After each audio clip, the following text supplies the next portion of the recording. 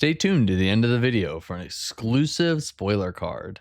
I'm here at the 2026 Final Fantasy Winter Cup in Pittsburgh, Pennsylvania, which is one of the largest gatherings of the community we've seen in a long time. So let's check it out.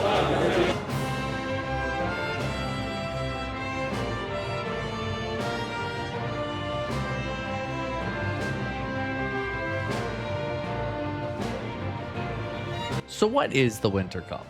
Well, it's an official 2-day event where day 1 is a special team format and day 2 is a regular singles tournament. There were 56 teams of 3 players day 1, so it was a 168 player event. Winners of the event would receive a whole bunch of prizes brought by Square Enix Hobby Japan, including some old promos, the Alizé Swords to Plowshares magic card, and full foil sets of sets like Hidden Legends and Hidden Trials, including the signature card, which is crazy. So how does this team event work? Well, first, you construct a team of 3 people to play with throughout the day. Next, deck building. Each player on the team has to make a deck that does not share cards with the other teammates. So for example, if I used a single copy of this Billy Bob in my deck, no one else on the team could have the pleasure of using Billy Bob in their deck. That includes the Limit Break deck as well. At the day of the event, each player is assigned a color, red, yellow, or purple, and when you sit down to play another team, red plays red, yellow plays yellow, and purple plays purple. Whichever team has 2 of their 3 players win their games wins the round. So after 7 rounds of games and a cut to top 8, the winners of the whole day 1 event was Dorian Finn's team, with Dorian playing Water Lightning Monsters, Mike Powell playing Mono Wind, and Nicholas Wentworth playing Fire Ice Warriors. So congrats to them, it was very fun to watch. So how did I do, you might ask? Well, I was commentating. I had the pleasure of working with my good friend Amart in casting the event for both days this weekend. Commentating is harder than I expected it to be, but we had a lot of fun with it, and I hope we made it entertaining for everyone watching at home. We even got to commentate a game that Kageyama-san played in the Gunslinger event on day 2, so that was super cool. Speaking of day 2, the day 2 event was a straightforward single-player tournament with 125 players, which is a very impressive turnout, honestly. There were so many cool decks out there that day. Though the winner of the entire day was Angela B playing Mono Fire, which just warms my heart, no pun intended. I love that deck so much. I've been playing it a lot recently, and getting to see some of the spins that he put on the deck really made me rethink how my own builds go, and it's cool to see a deck take the event that maybe we weren't expecting to win the whole day. I even got to sit down for a little bit with my good friend Schleb to talk about her experience at the event. I am joined here with my good friend Schleb. Schleb. Hi. How are you doing? I'm doing really good. How are you? Awesome. Good. It's been a long weekend. Yeah, it has. Yeah. I guess we'll just start with how was the event this weekend? How did you enjoy it? You know, So day 1 was the team event, and I played so horribly. so horribly. But what's nice about day 1 is that you can look to your teammates and be like, hey, what do I do? Like, these cards are really bad, so what do I do with them? I don't know how to read. I also can't count. So being able to day 1, rely a little bit on your teammates makes it so much easier. Mm-hmm. I should say I played horribly, but yeah, we didn't go too far day 1, but that's okay. That's not really why I play. Yeah, but it's fun just to, get to meet people, see people. Yeah, you get to meet so many people here. Yeah, I was going to say, this was an extremely large event, one of the biggest events we've had in a while. Yeah. How was it to get to see some people maybe you knew, or did you get to meet some new people you haven't seen before? Yeah, so it was so nice seeing people that I met from previous events, like the previous Winter Cup or Materia Cups, or the local qualifiers.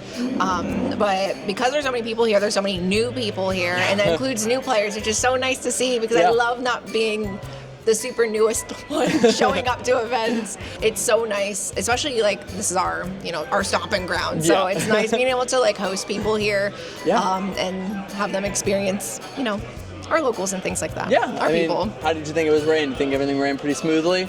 Yeah, there was a bit of like time delays between matches sometimes. Like I wish I used one today to go get lunch. Yeah, not having a time for lunch was a little, but it's tough, you never want the events to go on till 11 p.m., but it is nice to be able to stop and have a little snack, Yeah, at least like a 30-minute break to like run somewhere would have been cool, but yeah.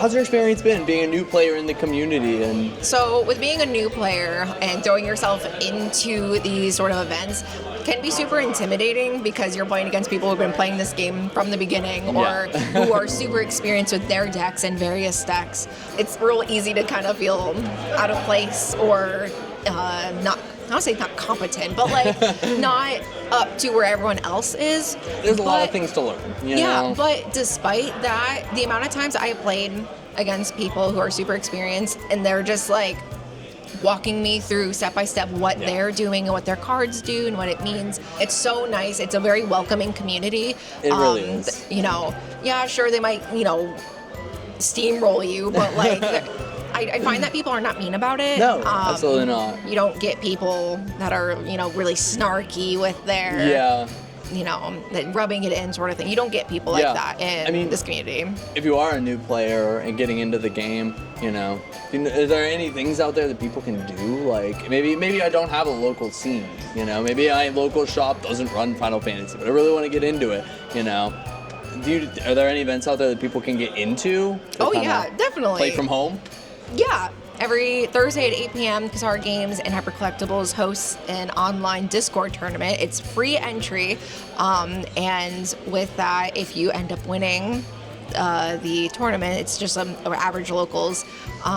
You get a whole booster box sent to you by Hyper Collectibles. The only thing that you have to do is you just have to simply tweet or post on some social media that you won the box from Kazar Games and Hyper Collectibles. If you're Small price to pay. Yeah, if you're in the United States, it's absolutely free. If you live outside of the United States, you do have to pay for shipping, but for a free booster box. Right. If you haven't checked out Schleb makes lots of content on YouTube. And please, I'm going to make sure to link all of your channel down below so people can check you out. Make sure to check out Schleb.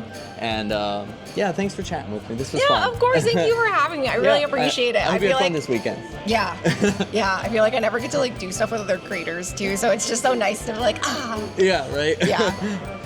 So cool. Although I missed out on getting to play in the event, I still got to take home a good amount of stuff as compensation for commentating. The beautiful Rydia playmat, 2 boxes of the latest set. I didn't get too much good out of these boxes, unfortunately. These adorable Chocobo sleeves, a play set of the Miss Dragon and Rufus promos, and then the big reward, a Swords to Plowshares, Alize, and Alphino promo set, which I was very excited about. So thank you to Four Horsemen and Square Enix Hobby Japan for getting us all this stuff for working the weekend. It was very fun and rewarding to get to support the community in this way. And so now, for what you've all been waiting for, a spoiler from the upcoming set Dreamlike Oceans. We have a 3-cost ice backup, Sephiroth. Sephiroth reads, when Sephiroth enters the field, your opponent discards 1 card. And then we have an action ability here, Ice, Dull, put Sephiroth into the break zone, choose a multi-element forward, and break it. Right off the bat, unfortunate name clash in Ice. I mean, all the best Sephiroths are in Ice, right? But 3 cost is always a relevant cost for things like Wool 7 and Bart's. He's also a Cat 7, so you could do things like play him off of the 5-cost Fire Cloud to ramp a backup while making your opponent discard a card. If only he was a job soldier, so we could play him off Angeal and get Genesis triggers. Not a war hero. But anyways, let me know what you thought of the event or this spoiler we showed down below, and I'll see everyone in the next video. Take care.